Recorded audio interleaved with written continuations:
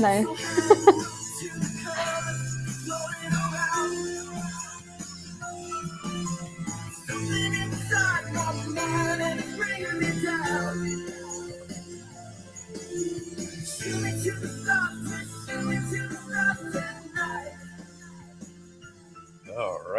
All right. Welcome back, everyone, once again to your Wednesday night webinar. I am Dr. Patrick McGrath, clinical psychologist, chief clinical officer here at NoCD. With me tonight is my good friend, Tia Wilson. So nice to actually meet you in person, Tortilla Wilson. I know. Yeah. No, I'm excited to be here. And as always, if you're looking for help for obsessive compulsive disorder, body focused repetitive behaviors, hoarding, reach out to us at NoCD.com. You can download our app for free on Google Play or iOS as well and hit that therapist button. Happy to do a phone call with you with one of our care team people who are standing by right now, by the way, and ready to chat with you. So go ahead and check us out, and we are happy to assist. Tia, what is going on? What are you doing on my webinar? So nice to have you. I love it. I know. I'm so glad to be here. I'll introduce myself. I'm Tia. I run the support group program here at NoCD. So I oversee the program as a whole, and then I run a number of those different support groups, and I love to do it. I'm someone who has the personal experience of OCD, going through really intensive ERP and finding a space where I like to say it's kind of like before OCD was just driving my car and I was along for the ride. And now it's just an annoying little backseat driver, and it might kick my chair, and try to tell me where to go, but I'm able to live very values consistently. And so that's a little bit of context on who I am, and I'm glad to join you here today. Always good to have these questions. A friend here to join, and especially someone who's been through OCD treatment, because you don't just want to listen to me yap on all the time. I think it's great to hear people who have done this and come out the other side, and probably, I don't want to put words in your mouth, but I'm going to make an assumption here to you. Probably your life's better without the OCD driving the car than it is. Wholeheartedly, 1,000%. It's a lot easier to actually get places. Yeah. When you're the one driving, right? Yeah, lots of less crashing. And you tell me if something's too personal or anything. You're not ready to answer or anything of that nature. Whatever. I'm an open book. You're an open book. Good. Awesome. What would be the one thing that you would say to our friends listening tonight to kind of continuously motivate them to strive to do the work that they need to do to put OCD in the back seat and not let it try to hop back in the front seat again? Yeah. I love that question. Yeah, I think that, OCD hates uncertainty, right? When I first went into treatment, I remember there was a sign on the wall that said, "Live uncertain." And I was like, that is so rude. I think I physically wrote a complaint because I thought it was just so insensitive. I was like, how dare you say that to me? I have a hard time doing that. That just seems so calloused, right? And now it's one of my favorite phrases and favorite things to lean into. I think the uncertainty is really beautiful. And with OCD, we often get caught, in this really black and white extreme where we're looking for the certainty that something's going to go wrong. And so I think that we sometimes forget that there's also the uncertainty that things might go right. And so oftentimes when I was going through ERP, I didn't really know how to have hope. Because I'd had a lot of poor experiences with therapy in the past, a lot of misdiagnoses and different modalities that didn't work for me. And so I, was like, I trust the clinical research on ERP, but I'm still nervous. And so a lot of the time I leaned into the uncertainty of the hope, right? I don't know whether I'll get better from this, but I'm going to continue to try, because if there's even that little % chance that it's possible, I want that, right? And that's what I really leaned on for a long time when I wasn't able to always trust the process. And so I just think it's helpful to recognize that you can develop and maintain a really beautiful relationship with the uncertainty as you go through the process. Interesting, going from being mad about that sign to now I hated it. Quote, right? Yeah. Right? I know, I have it on my bracelet. Maybe next tattoo there, Tia. Who knows? Maybe, right? Okay. Well, yeah, I'm gonna pull up one of these Please. questions. I'm gonna let you take the driver's seat tonight. Just you pick questions. Go ahead. I'll throw them at me. I'll just be surprised. See what comes up. Okay. It'll be fun. Mhm. Okay, this is a fun one. Actually, I might not be able to throw the questions up on the screen, I'm realizing. I think I'm signed in as a Oh, guest. if you give me the time, I'd be happy to scroll to it Okay, and put it up there. let's just do the first one. It's at 426. All right. Let's see. Your Majesty. Okay. Is it healthy to not really focus too much on managing OCD, but managing my life and OCD will get better as a result, like pursuing hobbies, career, family, etc., also while doing ERP and therapy? Do you have any thoughts here? Yeah, do it all. Yeah, Do it all. Live your life. Do all the good things and all the hard things all at the same time, right? totally. Because OCD will say, well, you can't have a hobby if I mean, you gotta focus on me. And then OCD will say, wait a minute, if you go do the hobby, that means you're distracting from me. But no, actually, it doesn't have to mean that. It could mean, hey, OCD, I know you're there, but I'm going to go live my life. And I've decided to develop a hobby because I really think crocheting is awesome and I'm going to go crochet. And so I'm going to go do it. And if you're in the car on the way there and then you hop back into my brain and then you're in there while I'm crocheting, that's fine. But I'm going to pay no attention to you. I'm going to just crochet and I'm going to have a great time. I love that. Yeah, I like to say that ERP is how we get better, but our values are the reason why. And so I Ooh, think I it's like an that. important piece of your therapy to remember those values, to lean into them, you know. We want to find balance in our brains. That's what we're doing when we go through ERP, and that includes balance in our lives. So being able to incorporate those different values, consistent activities, I think is a super important part of the ERP process. And we actually have a support group that's our values and identity group where we Oh, talk a really? lot about that. We talk about what our values are, what's the reason that we're getting better, and what are ways we can incorporate that alongside the ERP homework we're already doing. I I think it's important, and I'm going to repeat a little bit of what I said, but I really believe it's important to do that. There are people who think if I'm doing ERP, it means I have to sit in discomfort, and that's all I can do. I can do nothing else whatsoever, but literally Right. sit down in this chair and be uncomfortable until it passes. And that's not really what it is. And that's why I've tried to change it to I'm going to live in discomfort, right? I'm going to Hmm. learn that I can live in uncertainty and doubt. And in doing that, I'm going to do whatever I want to do in my life. And that knowing that doubt and that uncertainty is going to be around and with me and everything, but I can handle it. Right. Well, and that's the way that any human lives with the uncertainty. We don't sit there and think, okay, the Yeah. economy could collapse any minute and we're just going to sit here and sit with the distress of it potentially happening. We continue on with our life, right? We continue moving and doing those things that fuel us and then can deal with that distress as it comes. You know what the Um, most boring webinar in the world would be? You and I sitting here in silence until we were guaranteed our houses wouldn't catch on fire. it would be We would just sit here like this. totally. There was be no way that anyone could 100% guarantee it to us that it would never happen. Totally.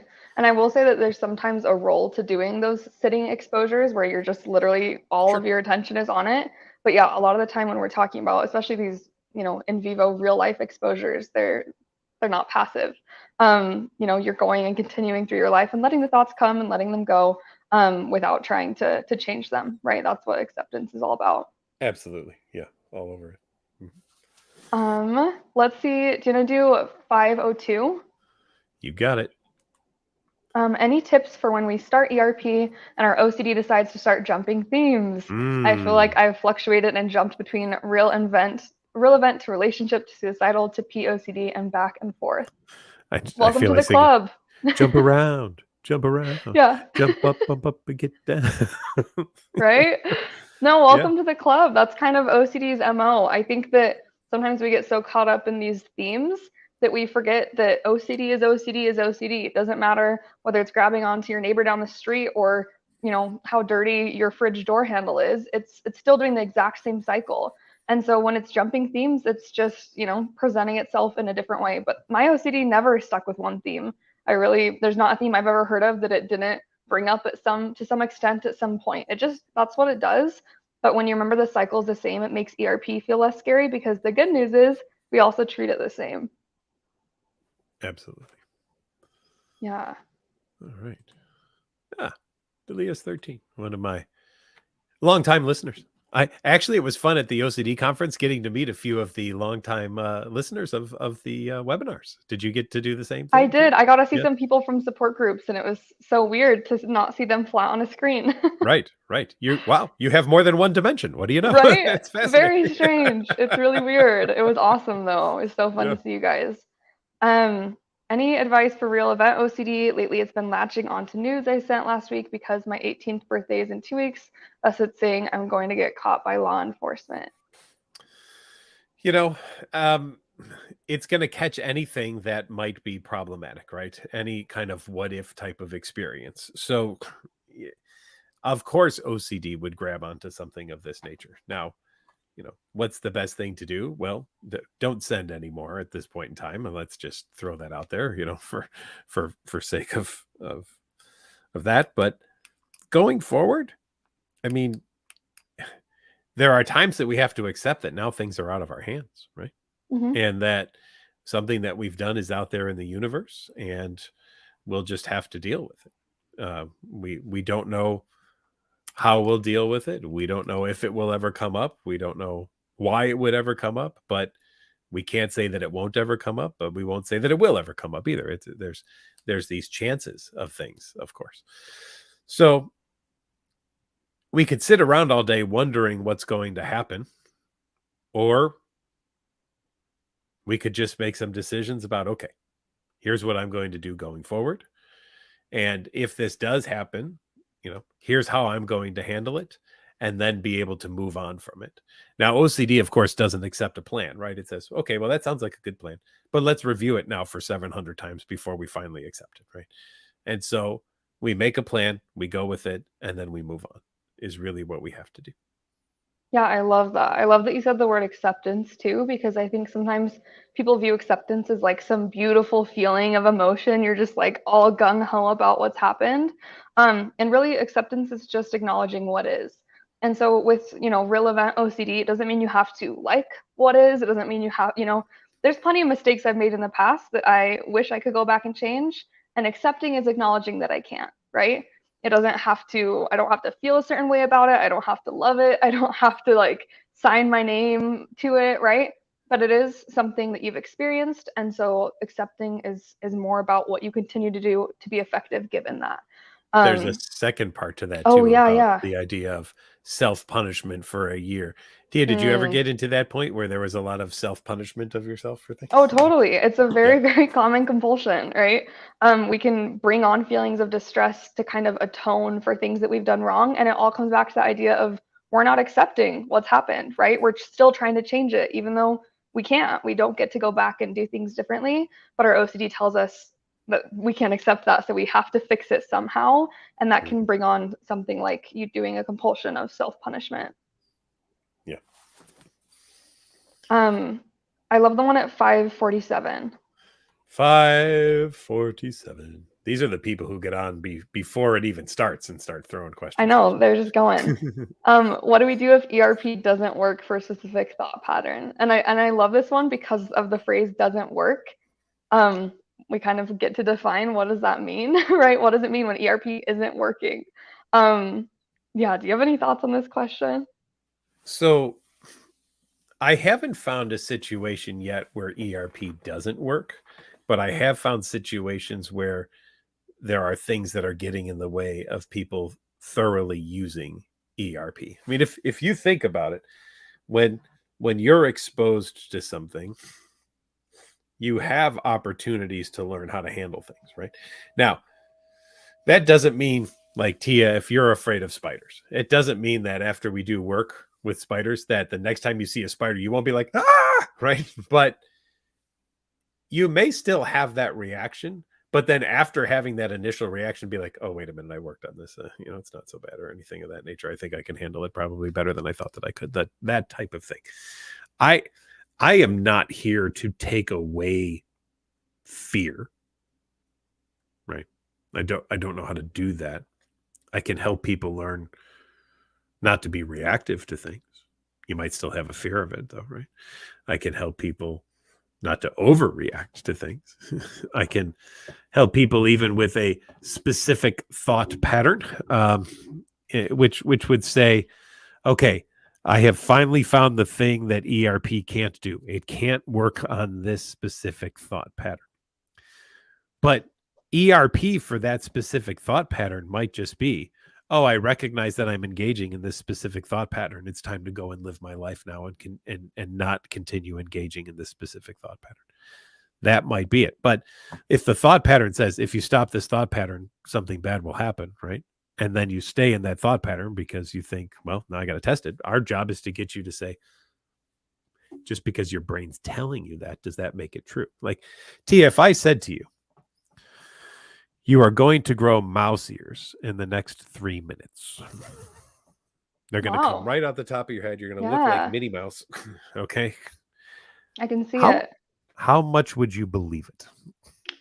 Probably not a lot. What Yeah, if I kept probably. repeating it over and over again to you? I'd probably be confused. Maybe after a while I'd start questioning a little bit, but I Uh-huh. still wouldn't think I would have mouse ears. How about if I spent hours telling you were going to develop mouse ears? I would, yeah, I'd feel kind of stressed out about it. I would be wondering why you thought that and if you knew Yeah. something I didn't. What if I did years of telling you were going to develop mouse ears? I'd probably start researching it, trying to figure out why you thought Mhm. that. And do you think in all the time of me telling you that, do you think you would ever actually grow mouse ears? No. No. So on the one hand, you recognize you're not going to do it, but there's still a what if thing Right. going on in your head with me telling you that, isn't there? Totally. And I think sometimes people get those two things confused, right? I know this isn't going to happen, but what if it does? Right? And so what I'm going to do is I'm going to live in the what if world. And I'm going to spend a lot of time and a lot of energy in the what if world. And I'm going to do a lot of research based on the what if world, because what if the what ifs become true? What if the what ifs are the reality? I have no evidence that they are or that they will be, but what if they would be? And that's enough to throw people off, right? Yeah, no, totally. Yeah, I like what you said there. And I think it's important to recognize that ERP is not just about the distress tolerance, right? It's not just about the distress going away. A lot of people grab onto that. It's Yeah. also it's more about the way that we're not engaging in our compulsions, right? The tolerance side of things. And I did want to say to that comment too, what if ERP doesn't work for a specific thought pattern? I've actually had that happen and I couldn't figure out why. And then eventually was able to realize I was doing exposures for things that were ADHD and not OCD. No. And so that's also an important element of things too. That's why, disclosure is always really important with your therapist, kind of letting them know there's some exploration involved in this process. And I just had to kind of shift my methods a little bit, but sometimes co-occurring conditions can make it so we might be maybe targeting something a little bit differently than we need to. Yeah. Musician's practice glove is interesting. Regarding OCD meds, have you heard of using a glutamate modulator to prepare a person for better benefit to ERP sessions like decycloserine? Yes, I have, and there's a lot of research on it. And basically, what it does is it seems to help people learn more intensely as they're doing the ERP work. So there's a plus side and a downside to that, because if you learn really good ERP, it helps you learn really good ERP more intensely. But if you learn bad ERP, it helps you learn that more intensely too. So you want to make sure that whoever you're working with really knows what they're doing and is a good specialist. And if that's going to happen, I don't know that they're prescribing it specifically in a lot of clinics to do alongside of ERP, but I know that there was probably about 10 years ago a good amount of research that was done on it. So I would refer you back to that research to see anything more specific on it. So. Yeah, totally. What do we think about inference-based CBT? Is it already a current part of ERP, or is it different? Is one recommended over the other, or is it something that NoCD does? This is a good We question. do ERP, and frankly, I have been so nose deep in NoCD and ERP work that it was interesting at the conferences when I really first heard people starting to talk about inference-based CBT. So I can tell you, I know pretty much nothing about it whatsoever. So I'll have to do a little research on it myself. But at the moment, we do ERP here, and that's still the kind of the main standard and of treatment for OCD. So Yeah, I'm in the same boat. I know virtually nothing about it, but I do know that ERP is tried and true and proven over and over again. And ERP is kind of a subset of CBT, and I definitely have heard of people using both models kind of alongside each other, even though they kind of are opposite. But yeah, something that I don't know much about either. okay. Reminder once again, everybody, you're listening to the NoCD webinar on Wednesday nights. I'm Dr. Patrick McGrath, Chief Clinical Officer of NoCD. Tonight's information, of course, is that it's informational. This is not for therapy purposes. If you are looking for therapy, though, please feel free to reach out to us at nocd.com or treatmyocd.com or download our app at Google Play or iOS. And if you're looking for treatment for OCD or body-focused repetitive behaviors or hoarding or tics, we are there for you. We do therapy in the United States, Canada, Australia, and the United Kingdom. And if you've got friends or family that have OCD and you want some education about it, we have our NoCD 411 sessions as well, too, where we'd be happy to work with you on educating you about OCD and all the things about ERP that we do. All right, Tia, this one's I like a home run for you. So I'm gonna let you take this one. Okay, feel like my OCD is an awakening and that the content is true. I'm almost recovered but can't find info about how to handle this. It feels like I can't use my strategies because this says it's not OCD but real. I like this question because a lot of our themes with OCD are based somewhat in reality, right? Contamination. You could actually get contaminated, you could get sick, right? There's a lot of things that can be really enmeshed with reality. And sometimes, I think that's why we saw a lot of people struggling a lot during COVID was there wasn't a clear defined structure. There was a lot of opinions, it wasn't totally transparent what people should be doing during COVID. There was just a lot of noise about it and a lot of research that was still emerging, right? Especially at the beginning. And so a lot of people had a hard time differentiating between their OCD and reality, right? I think what is important is recognizing that sometimes we can do ERP regardless of whether it's real or not, right? We Right. obviously want to make sure we're being safe and creating structure that allows us to be safe, but I think that it can be really helpful to be aware of what your OCD feels like to you if you're noticing feelings of urgency, right? It might be true that I shouldn't go and spend a bunch of money at the store. That might be something my OCD grabs onto, and it also could be true, right? But if I'm feeling this sense of urgency that's kind of driving that behavior, maybe I can, see if I can change the way I'm thinking about it. If I'm feeling that I'm making this decision purely based in emotion, maybe I can, pay attention to that, kind of noticing those warning signs of OCD there. And then, still being able to engage in those exposures in ways that are, again, safe and structured, Yep. while leaning into the fact that you don't always know and you don't necessarily have to know.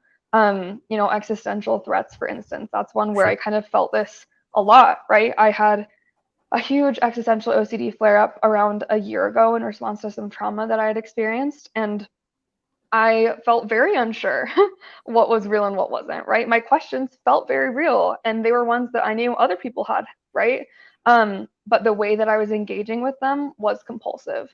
And so those thoughts can be there. I can still have those questions. I still do. Every single human probably has those same questions that I do, right? But what I get to control is what compulsions I'm doing because of that. And I've decided that I would rather not answer those questions and not engage in compulsions, right? Yeah, do you have any thoughts here, Dr. McGrath? I wonder, as you were getting close toward the end of your treatment, your more intensive treatment, were there ever those backdoor spikes that say, "Oh, but this one's not OCD. No, this one is real." Yeah. When you have a reduction in your distress because you're going through ERP, it's really common to then grab onto that and wonder, okay, well, I'm not feeling distressed about these thoughts that have been distressing me my entire life. Does that mean that they're true? Right? I definitely experienced that where I was questioning a lot of these different things that I'd done exposures on because I no longer was feeling the distress that I was anticipating feeling with them. So I wondered, are these values consistent? What's going on here? And that backdoor spike is incredibly common. Hmm. And yeah, I love when OCD says, "Oh, this isn't OCD." I'm OCD Yes. and I know what OCD is, and I'll tell you this isn't OCD.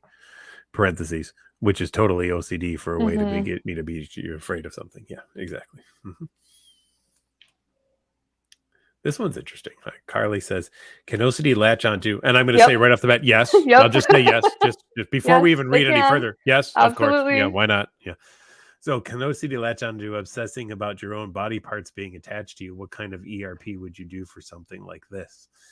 I would probably do some imaginary work of my arm falling off or something of that nature. Carly, you might be checking constantly to make sure that your arm is attached and that it's not falling off and that it's not loose or anything like that. So I might write an entire script about, yeah, it's just walking down the street one day and then my arm fell off. It's just there it was laying on the ground and I had to pick it up and I had to walk over to the hospital and I had to ask them to reattach it and everything and all these kinds of things. And sure, I would focus very specifically on doing ERP around those types of things. I might even wake up in the morning and say, okay, today I wish for all my limbs to just fall off my body and we'll see what happens, right? Or today I hope that my pinky finger falls off or something like that and just go with it and see how it goes. Yeah, OCD can latch on to anything and we can do ERP for anything. And I actually read that one differently. I was picturing, I used to have an obsession where I would be concerned. I would think about the fact that my toes were touching, and then Oh, I yeah, wouldn't be able to stop thinking about the fact that my toes were touching. And, sure. it's kind of a weird feeling to think about, right? And that Yeah, would now I'm go thinking on about and it. on in my head. Thank I you, know Tia. it's Yeah. it's like an uncomfortable sensation, right? Mhm. That's what my OCD grabbed onto. And so when someone is fixating on a physical sensation, I don't know exactly, what you mean by being attached to their body. It could be that, could be what you talked about, Dr. McGrath, but Mhm. we can still do exposures, right? Of just the same way we do when people are feeling their heart rate or noticing their breathing, right? We do a lot of exposures with that. Yep. All right. Whenever I get an intrusive thought, my mind tells me I want to laugh and think I'm smiling, but I look in the mirror and I'm actually not. Is this an OCD symptom? Could be. Sure. Yeah, Yeah. it definitely OCD is tricky and can grab onto anything.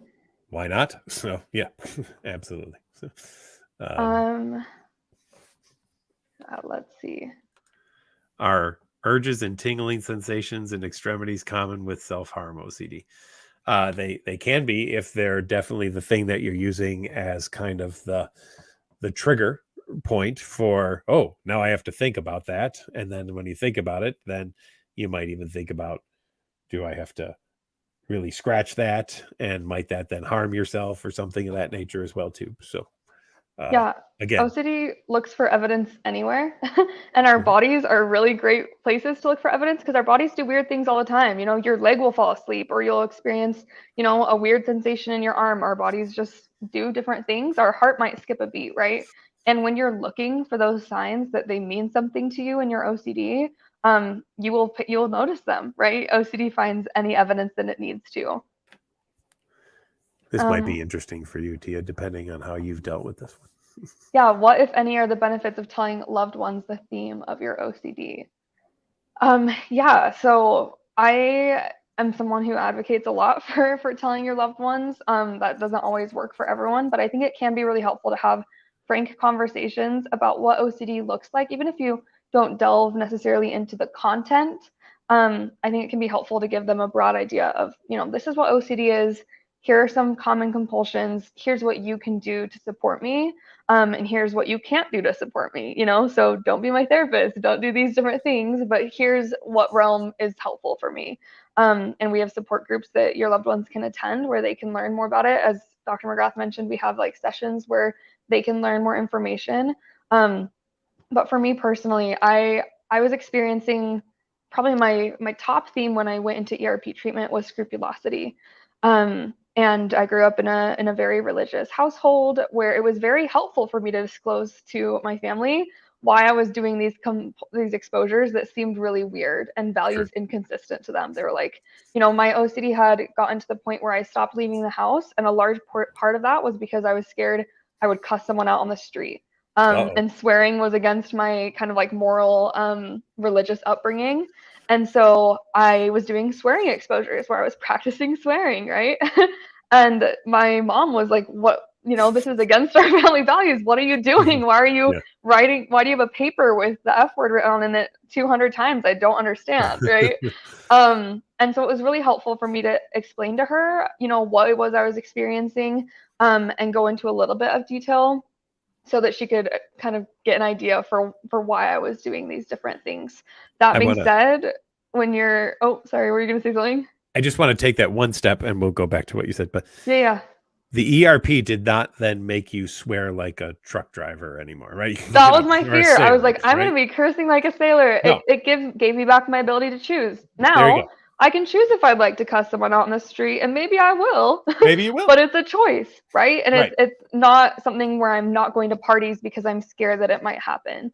And that's the point. That's the point with any of our exposures. It's not to turn you into your worst nightmare. It's to give you the choice to be your worst nightmare if you would like to be, right? And probably you don't, but it gives you back the ability to choose. And so I think the one thing that I'll add here is that sometimes there's a compulsion where we have the urge to confess.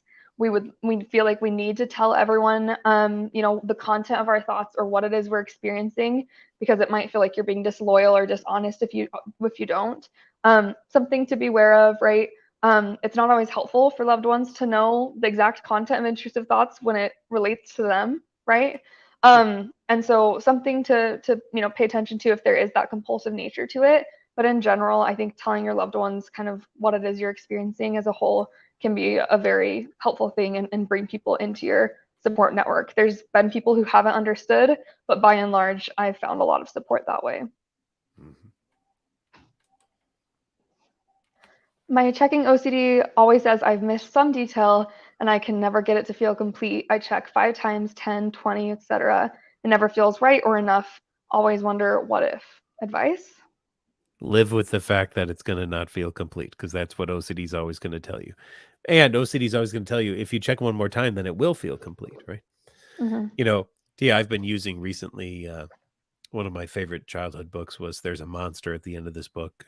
I don't know if you ever read that, but it's Grover on the cover. And then you open it up and there's Grover. He says, hi, ho, it's me, furry, lovable Grover. Just don't turn the page. There's a monster at the end of the book.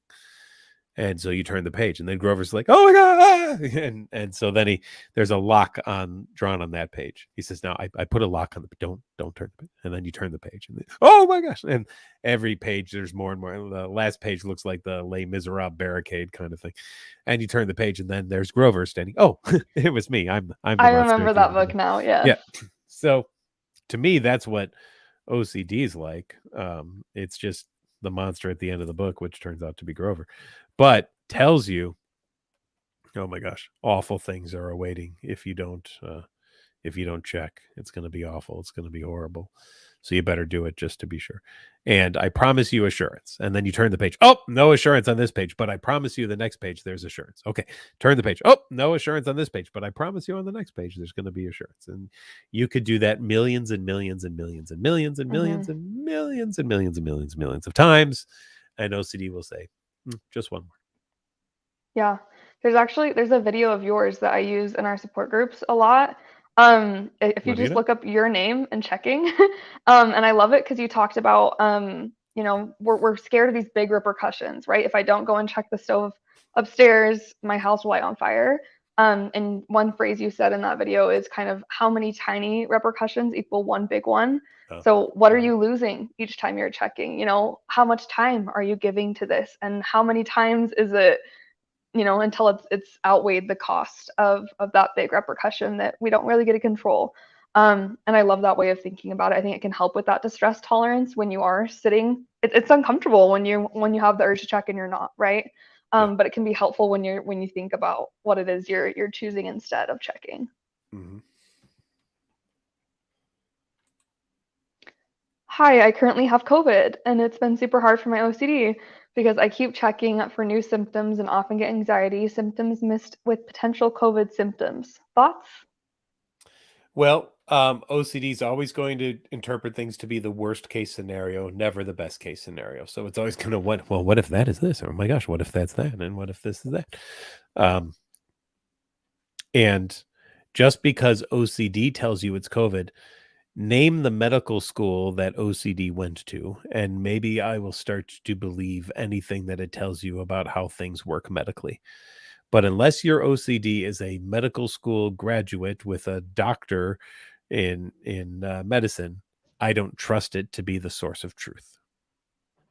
I love that one. And it's looking for those signs, right? You might sneeze once and that might go unnoticed, but because that's what you're looking for, because that's what your OCD is grabbing onto, it's going to feel like evidence and it's going to discard any of the times you didn't sneeze in favor of that one time that you did. Yeah, and I'm sorry you have COVID. That's no fun.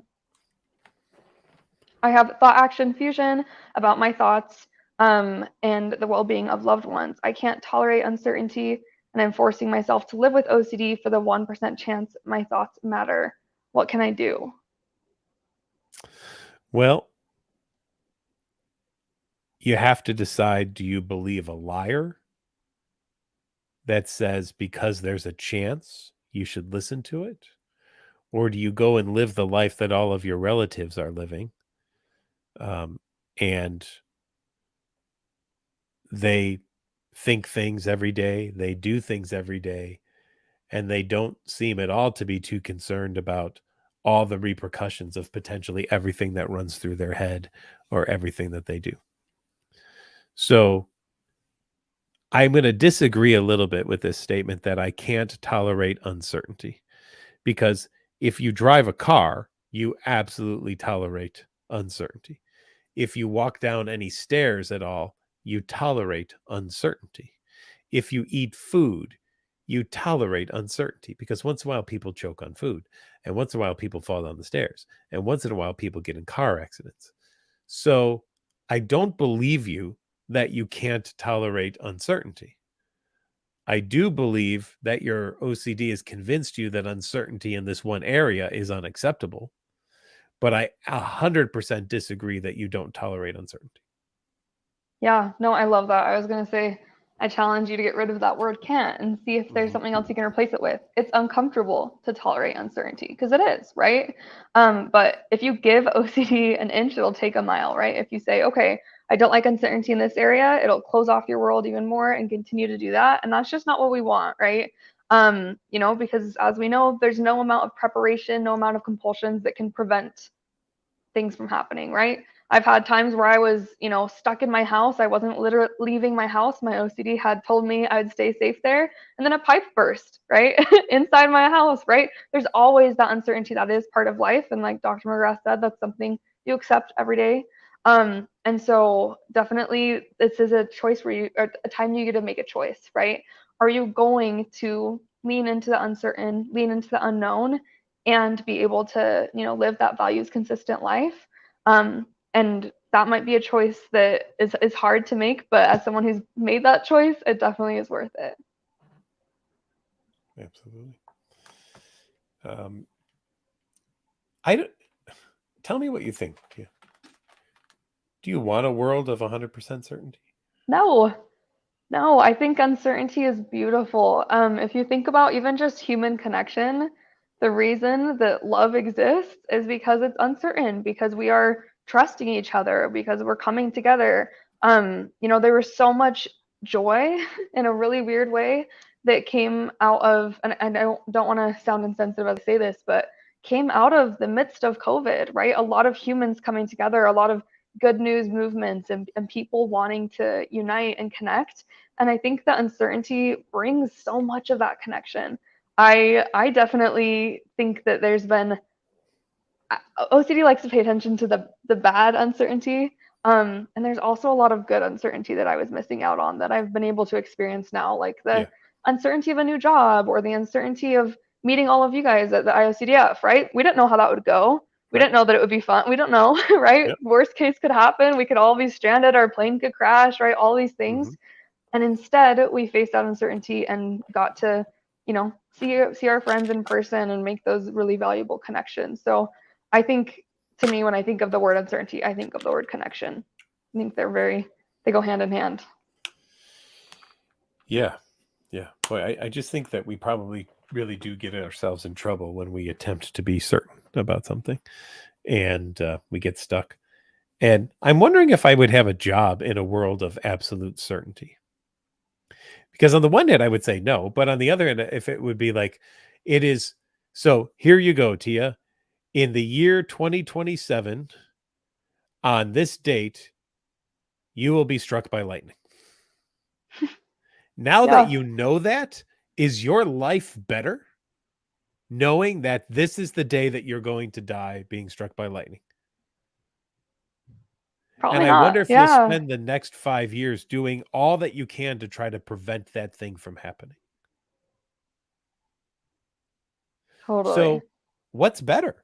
A life of, you know what, I don't know if I'm going to get struck by lightning, but I'm going to live my life and I'm going to go out and I'm going to travel and I'm going to do things. And yeah, if there's storms and there's lightning, I'm going to go inside because it's probably better for me than overall.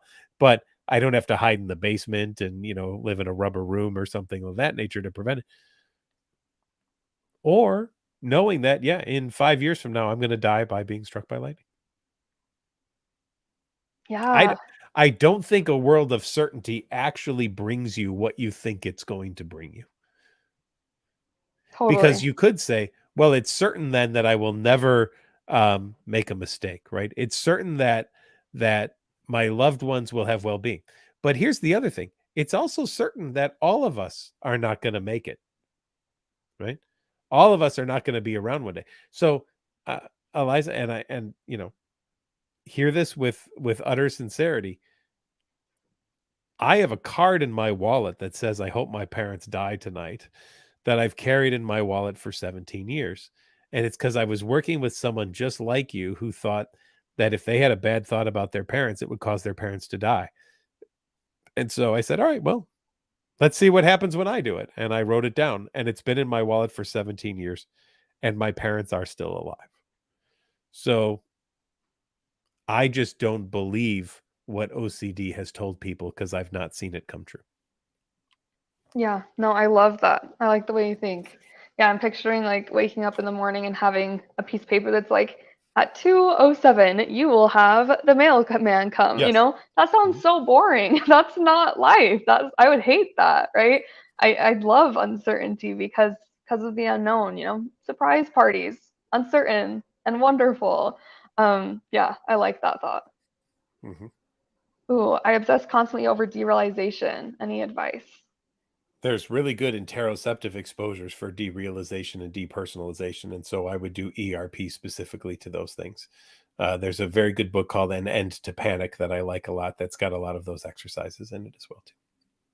Totally. And again, a place where talking with your therapist, disclosing things like if you are experiencing a lot of derealization can be really helpful.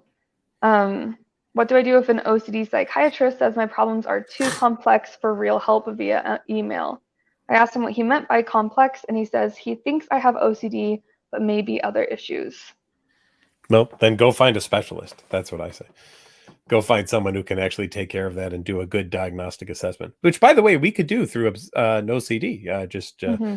case anyone was curious about looking for a therapist for OCD, NoCD available in the United States, Canada, the United Kingdom, and Australia. So check us out at nocd.com or download our app at the Google Play or iOS store. And having other issues does not disqualify you from ERP. I just will say that Correct. too. I, Correct. I have PTSD, sensory processing disorder, ADHD, and OCD. And ERP still works for me. And definitely sometimes we change the way we go about ERP. We might do it more slowly or, be paying attention to other factors. But, there's not really anything that I can think of off the top of my head that would just utterly disqualify you from ERP care. There you go. Is it okay to agree with the intrusive thoughts, to say the thoughts out loud and agree with them to take away the importance? Why Yeah, it not? totally depends on why you're doing it, right? Right. If you're doing it to, because they're just thoughts, then that's great. If you're doing it to try to neutralize your distress, could be compulsive. But this is something we recommend a lot of times to people. Saying those kind of non-engagement responses is another good way to respond. But saying them out loud to kind of make them seem as sometimes silly as they are can be a really good tool. Kind of like when I say usually once every couple of weeks. At some point in the rest of this webinar, I'm going to leave here. I'm going to go across the street with a Molotov cocktail and throw it at my neighbor Dave's house, set it on fire. Then I'm going to go in the There you middle of the go. street, take a poop in a bag, light it on fire, put it in front of my neighbor Josh's house, ring the doorbell. He's going to see it. He's going to stomp on it. He's going to get a fiery bag of poop on his shoe. That's going to be funny. Then I'm going to come Absolutely. home and shoot a couple of geese that are flying over my house just for fun. And then I'm going to come back here and I'm going to finish the webinar with you, Tia.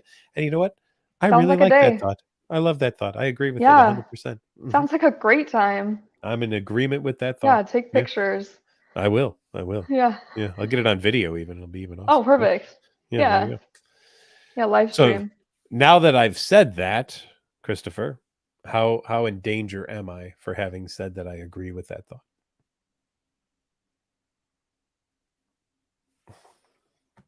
Love it. Mm-hmm.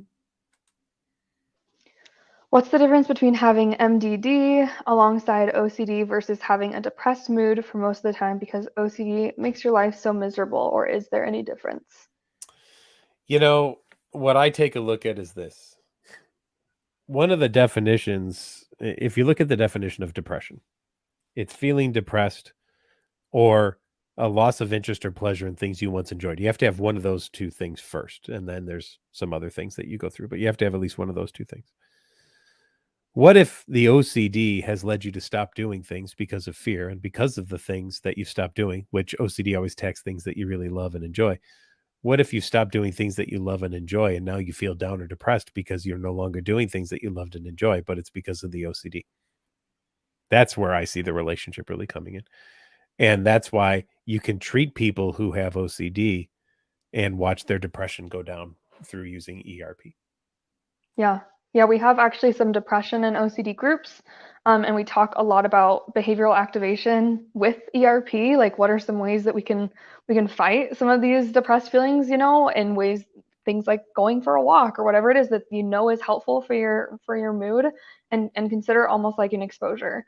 And so I think we have currently two of those different depression and OCD groups. But yeah, I think that's a really great question. Definitely something I experienced. I actually experienced a little bit of an influx in my depression when I left ERP, and that's something that happens a lot. And it was for me because I hadn't been processing my emotions my whole life, and so I finally got the chance to process them, and there was a lot that came up. And as I continued doing the ERP and continued staying true to the process, I did.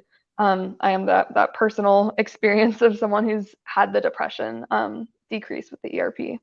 Fantastic. Mm-hmm. How do you deal with dreams that trigger your ROCD? Ooh, dreams. Those are tough ones. Dreams about awful, stupid things and leaving my relationship. Yeah. Well, they're dreams, just like when I dream that I'm, being attacked by a large teddy bear, and it's trying to kill me. I mean, it's a dream. Why? There's no reason why that dream would trigger me any different than me leaving my relationship would, because they're both dreams. Unless, of course, my OCD decides, oh, well, that dream actually meant something. By the way, just so you know, those other ones were stupid, but that dream that actually did mean something. Just so you Yeah, we don't get to control our dreams. I would always be frustrated because I'm a fairly lucid dreamer, and I would do compulsions in the dreams, and I'd be so frustrated in the morning. But I think it's helpful to recognize that we get to control our response prevention the next morning, right?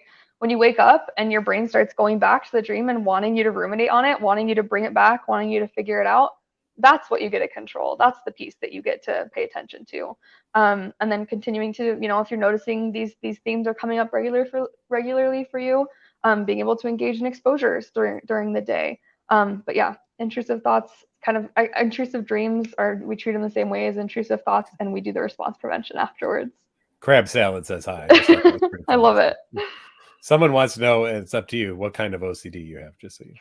Yeah, there's not really any theme I've ever heard of that I did not experience to some extent at some point. It was OCD, and so it grabbed onto everything.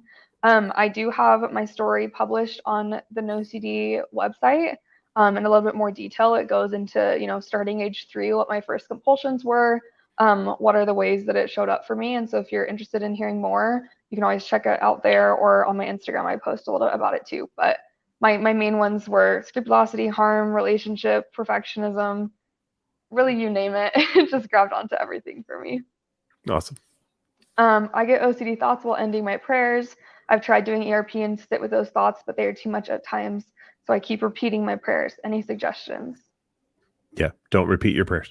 Yeah, I Time to have that stop repeating the compulsion prayers. too. I mean, that's where we would move toward an ERP. Would be every prayer being repeated is a compulsion, right? You're not saying that prayer again because your higher power is demanding it. You're saying it because your OCD is telling you it wasn't good enough, as if your OCD was the arbiter between you and your higher power. Hello, higher power. Do you accept that prayer? No, I didn't think so. Yeah. Okay. Try it again. How about that one? Nope. No. Okay. How about that one? Nope. Nope. Still nope. Okay. And that's what your OCD is going to do.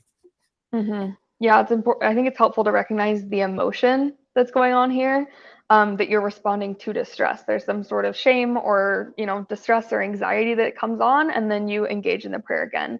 And I think it can be helpful to pause and notice that emotion, because then you can recognize we can handle emotions, we can sit through our emotions, and we can build hierarchies around this. Maybe it's even cutting out all prayers for a minute, right? Whatever it looks like. But yeah, you're responding to an emotion. So the more you can label it, the easier it is to sit through. Differentiating OCD from generalized anxiety disorder. I think my friend has OCD, but she's in denial and gets pissed when I suggest looking into it. So really, OCD has compulsions, right? So there's people who worry about things, and usually in GAD, at least in the old definitions, it would say these were kind of more real life types of things where OCD can go out and just grab onto anything whatsoever, right? And Right. what if it, but both of them have a what if nature to them. And people with GAD spend time worrying, and people with OCD spend time doing compulsing. That's the simplest way that you can really talk about it. And the good news is too, even if you have both, right, we can still do ERP to treat those compulsions. I have pure O OCD. For those who don't know, that's kind of a community term, colloquially, describing those who aren't experiencing predominantly physical compulsions. They're more mental. While studying geometry, when a concept is similar to that studied previously, it makes me anxious and confused that what's the difference? I have the urge to check the previous questions. Is this OCD? Potentially, yeah. I mean, it could go in there when you're any kind of checking behavior could go into the OCD realm. So there is a potential that is what's going on there. What is something you didn't believe you could get over before ERP? Ooh, good question from you. Oh my gosh, pretty much everything. I'm trying to think of a good example. The one that comes to mind is I, for a while, had such extreme perfectionism that I kind of stopped doing any of my hobbies because I wasn't perfect at doing them, right? So I stopped singing. That was one that I've never really been a good singer, but I was really obsessive about the fact that it wasn't perfect, and I stopped doing something that I loved. And so I kind of just thought I would never be able to sing again, right? And through my ERP, I mean, I did karaoke at the IOCDF conference, right? And I actually did karaoke in the ERP during when I was going through the ERP process, and that was something that just felt completely unattainable for me, but was values consistent. And while I'm not on America's Got Talent, I'm not someone who thrives at karaoke. It is really cool to be able to do that and to be able to sing in my car and continue doing something that's values consistent. But in reality, I honestly at the beginning didn't know if I'd get over any of my compulsions. Thanks for sharing that. I've been diagnosed with SOCD and transgender themed OCD. Can the transgender theme appear as feelings sometimes rather than thoughts, almost like my body is a trigger in itself? Sure. Yeah. Yes. Yeah. There you go. Yeah, we might have intrusive thoughts, intrusive feelings, intrusive body sensations, right? Intrusive dreams, as we mentioned. Yeah, those are all characteristic of OCD. I haven't heard many experts speak on compulsive staring. Could you guys speak on that? It's one of the biggest barriers I have socially. Yeah. Do you have any thoughts here? Sure. I think they're calling it ocular Tourettic OCD now. It's basically trying not to look at something and telling yourself don't look at it, and of course that's all that you're going to do. So the moment I tell myself not to look at someone's groin or butt or breasts or something like that, bam, then my eyes are probably going to go right there. And then it's kind of the self-fulfilling prophecy. And I told you not to do it, then you did it. And now you're trying to look everywhere else but, and it looks kind of awkward or weird or something of that nature. Or you keep staring, hoping that no one will notice that you're staring, and then Right. using that to prove that staring's not so bad as well too. I remember a friend of mine talked in one of our Maria Bamford, when Ethan was doing some of the stuff, he talked about having to stare at somebody while he was in temple for a certain number of seconds, or else something bad would have, just all sorts of things. So yes, staring can absolutely be a part of obsessive compulsive disorder, and people Totally. could absolutely get caught up in, am I staring, or in doing the staring until a certain level that it feels like now it's okay to not stare anymore. There's numerous reasons why it might happen the way that it does. Totally. And yeah, just to kind of share, I think that it can be helpful to hear other people who've experienced this one, to kind of decrease the shame, because as we know, OCD loves to grab onto the shame of it. But I had this combined with the real event OCD, because I remembered as a kid one time getting caught staring and someone called me out on it. And said that I was being inappropriate or something. And that was something that my OCD grabbed onto a lot, and I'd constantly ruminate about that one time, right? And so, yeah, this is something that a lot of people experience. This is also, like someone asked, one that I didn't think I'd ever get over, but ERP works. Yep. Tia, we're getting closer to the end here. We I always are. love it when my guests just to give you a little bit of time to throw anything out there that you want, or some words of advice for our friends who are listening, or anything of that nature. What would you do? Yeah. Well, first of all, thanks everyone for tuning in. Hopefully everyone is on our app. And as I mentioned, I run our support group program here. They're really amazing. I think that, as I just said, OCD loves shame. The more shame it gets, the more sneaky it feels. And it's kind of like a magician, where once you decrease the shame, once you learn its secrets, it doesn't seem so cool anymore, right? Yeah. Once you learn the trick, it's not all that exciting. And so The that's one emperor has thing. no clothes, right? Yeah, Yeah. it's nothing, right?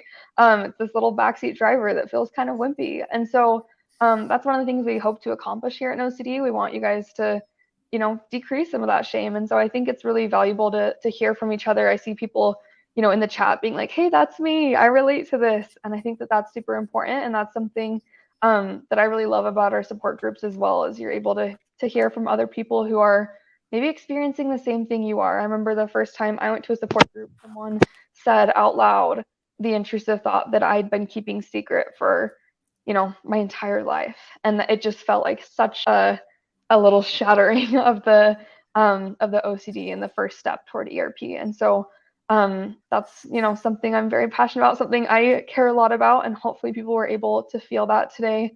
Just know that you're not alone, and that ERP really does work. It's something that, again, I hated it when I first got into it. I hated the idea Yeah. of uncertainty, and now I just think there's so much value to it. So yeah, One thank you thing we'll guys for end being with here.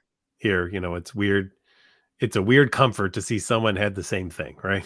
So Yes, that people aren't yeah, alone, and that's what the beauty of it is, and that's why we do these webinars, because it's always nice for totally. people to get together. So, well, everyone, once Yes. again, just a reminder, this is through NoCD. NoCD, a downloadable app you get through Google Play or iOS. Check us out at nocd.com. And if you're looking for teletherapy, we are available to do that in the United States and Canada, as well as the UK and Australia. So please, folks, you don't have to suffer with OCD. You can learn to live with OCD and not let OCD run your life. And be the driver of the car, Yes, but throw it into the back seat. So, Tia, as totally. always, great to see you again.